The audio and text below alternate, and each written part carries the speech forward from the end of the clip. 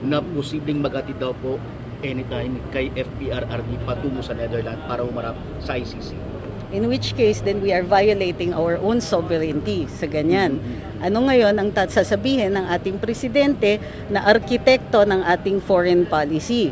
Nagbago na ba ang ating foreign policy? Kinilala na ba natin ang ICC? Wala na ba tayong say in the issue? Kasi by allowing a foreign authority to take a citizen of the republic nang hindi natin kinikilala yung order na yon, parang pinayagan natin kidnapin yung isang mamamayan natin. Ma'am, wala na tayo sa ICC, ma'am. Pero mukhang nakikipag-usap ang gobyerno sa ICC. Ano pong pananaw niyo dito? Sinungaling yung presidente natin. Bakit tayo nakikipag-usap? Kala ko ba wala ng jurisdiction? Kala ko ba hindi na natin kinikilala?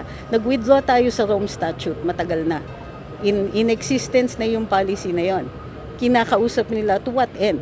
Kung hindi nila papayagan na at least man lang dumaan sa hukuman itong warrant of arrest na, alleged warrant of arrest na ito, then nagsinungaling sa atin ang Pangulo.